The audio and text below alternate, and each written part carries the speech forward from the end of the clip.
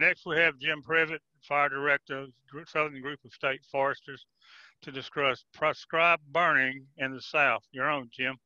I'm Jim Prevette, Fire Director with the Southern Group of State Foresters, and I'm going to do a brief presentation on prescribed burning in the South.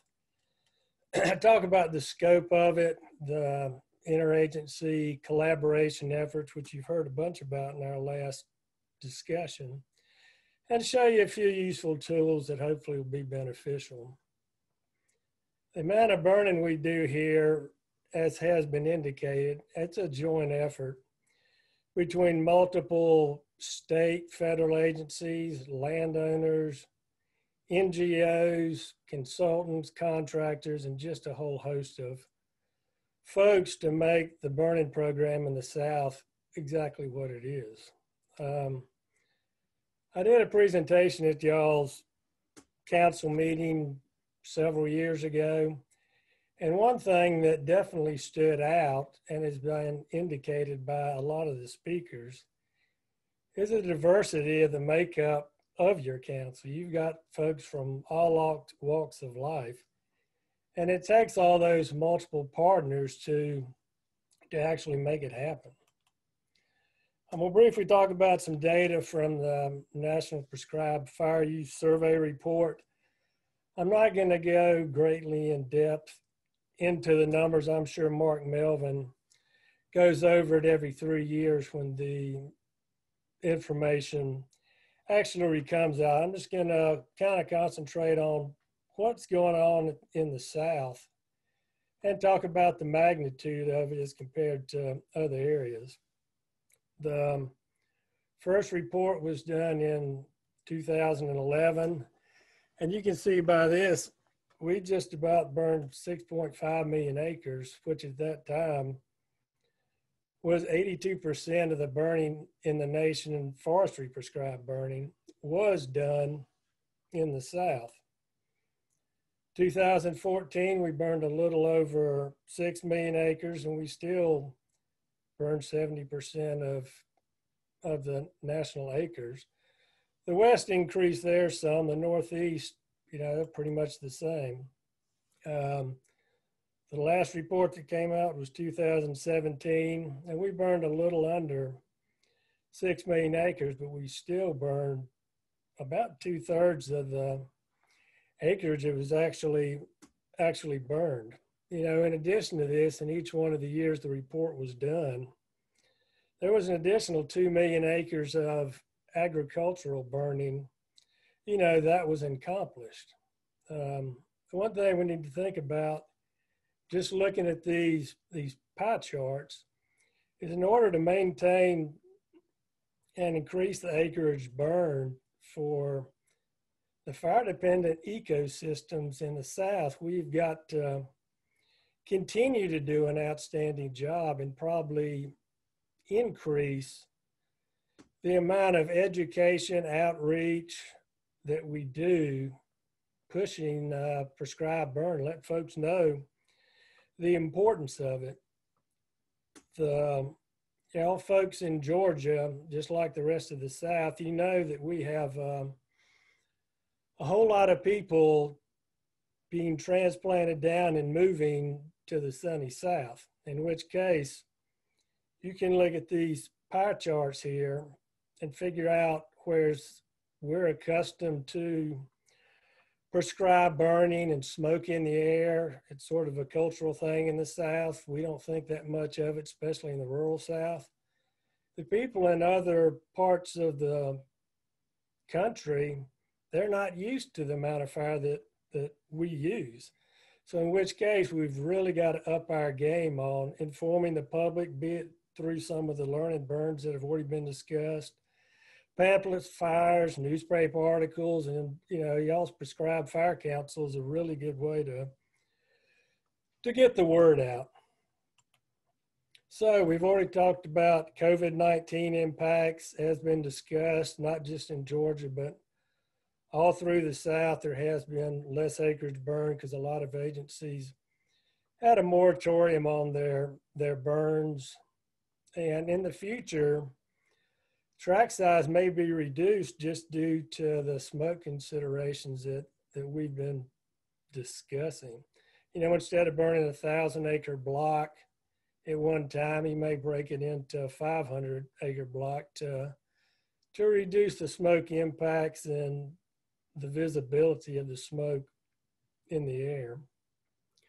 One thing that has really hit all the agencies, and I'm sure the landowners also, is the training issues that have come up.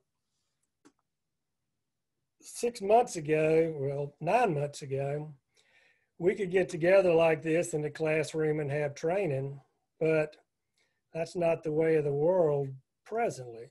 If it was, we wouldn't be having a virtual prescribed fire council meeting. So how do we get the needed training done to the landowners and also the firefighters?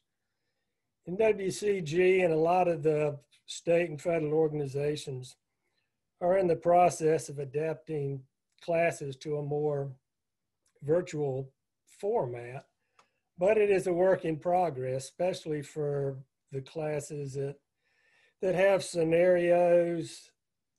It's hard to move those into the virtual world.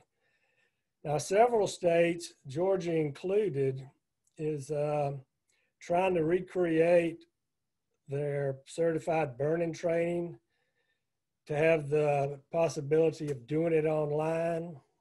Several states are doing that. And those states that require the field exercise, be it in a firefighting class or in the certified burning world, they still plan on doing the field exercise. They'll just conduct it with smaller student groups and have minimal instructors. We talk a little bit about the regional interagency collaboration. Like the last panel talked about, we've got a whole lot of people that have got to work together to make this happen. There was a regional interagency refresher burn boss training that was scheduled for mid-November in Chattanooga, but as of yesterday, it has been postponed to the summer of 2021. And it's open to all state, federal agencies, and NGOs that have responsibility for prescribed burning. And it should be a real good opportunity, along with the main sessions that are going to have some really good speakers. They're going to have breakout classes on technology, growing season burning, liability, risk management, and other topics that the prescribed burn community wanted to hear about. And if you want some information on it, you can just Google RT300 and it'll give you the updated information and agenda that they're thinking about.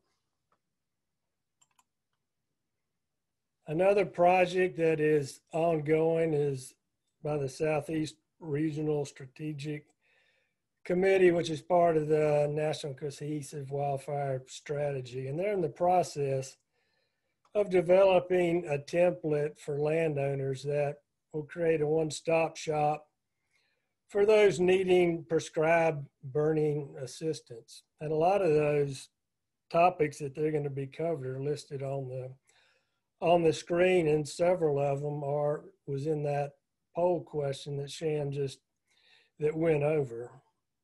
The information will be web-based. They don't know, since it's in the beginning stages, what website will host it, but it will be hosted on a particular site, and all the information will be state specific. So they'll be working with the forestry agencies to get the information that's the most current for that particular state. Another project that I want to talk about is the NRCS Southeast Fire Map project. We've been talking for years trying to come up with a way where we know where the prescribed burns are and the wildfires, to help the different air agencies, forestry agencies, the landowners know what's going on. And hopefully this project will help accomplish that goal that we've been shooting for. And the objective is to develop a system using remote sensing to track both prescribed fires and the wildfires in the South. And this, in the beginning stages, Tall Timber's research station's been leading the project scoping phase and working with the Southeast Fire Map Technical Oversight Committee, which is led by the Longleaf Alliance. And we've got several people, different agencies, and NGOs on that technical oversight team to make sure that they know all the resources that are out there, and also to make sure that the needs of the different agencies are met once this project's completed. Once the scoping phase is over with, the developmental phase will begin, with their goal being having a draft Southeast Fire Map developed by 2022. So we're looking real forward to that. One project that the different agencies are working with EPA on is a project that'll help improve the understanding of emissions. The smoke and what's in it is a function of the fire intensity and the associated atmospheric reactions, like what's the weather and the fire intensity, how does that impact emissions that come off of the smoke. And they're planning to perform aerial and ground-based emission sampling of prescribed burns all through the Southeast. And hopefully the project will improve the air quality modeling techniques and also help different burn prescriptions become more fine-tuned and maybe open up, some of the windows.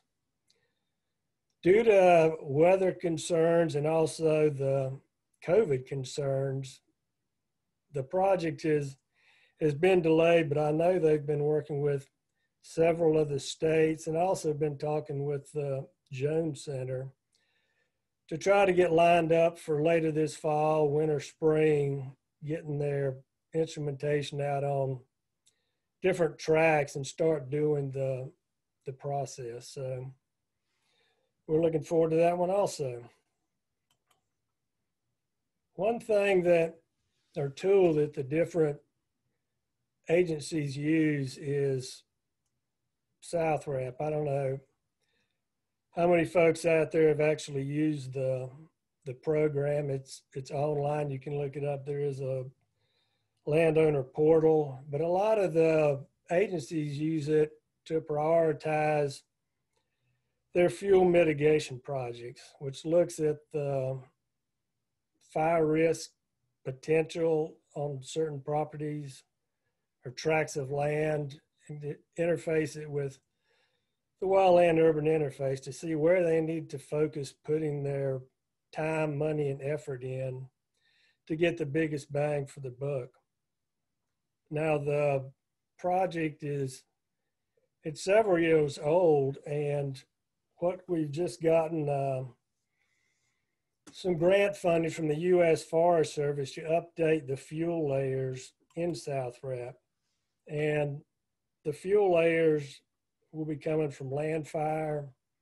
They've just updated their fuels data for the Northeast and the South in the last couple of months. So that project should be hopefully starting in the next month or so. So we should have new information for those folks that do use SouthWrap. One of the tools that several of the states use, and that's the website for it, is the Southeast Fire Weather Intelligence Portal, which the project began in North Carolina, but has since expanded throughout the Southeast. And it basically uses the RAW stations and the airport weather stations to paint the overall pictures of conditions. It's a whole lot easier to look at a map of your state or your area and see what the wind speed, the temperature, the relative humidity is, instead of having to go through a table and then try to figure out exactly what you're looking at and where your stuff is. 2 minutes, Jim. Yeah. 2 minutes. Okay. You know, the good thing is it shows past, current, and forecast conditions, which is especially nice if you get hold of the past data and you want to look back at some conditions that occurred on a particular burn, whether the burn went exceptionally well or it went not so exceptionally well. You can go back and look at the past conditions and make a determination why it did what it did. Here's a couple shots from Georgia that I took. It's one of them's the forecast 100-hour fuel model levels, and the other one's the fine fuel moisture. In some states, you can even get the NFDRS readings. In Georgia, they don't have that capability at the present time. You need to go to the Georgia Forestry Commission website, and you can get that data. Last tool I wanted to talk about is prescribed fire infographics that the project is supposed to be, well, it will be finished today, and it'll be used for education, information, outreach purposes, which I talked about. We really need to push. The two infographics, one of them is the benefits of prescribed fire, and the other is how to conduct a prescribed fire. Each one of the states will receive the template for that, for those particular infographics. They'll be able to put their logos on it, tailor it any way they want. They've also gotten the logos for each one of the states' prescribed fire councils. So the state should be getting up with the prescribed fire councils, or they can put it out on their own or do it jointly with the forestry agency in that particular state. The good thing about the project, they can make posters out of the infographics. You can make handouts out of it. You can even break it down into pieces and use it on blogs and virtual learning. So get up with your state folks and get the information on it. A lot of the information did come from the Good Fires website, which I'm sure y'all are aware of. And that is a good website for resources when you're talking to folks that want to know more about prescribed fire.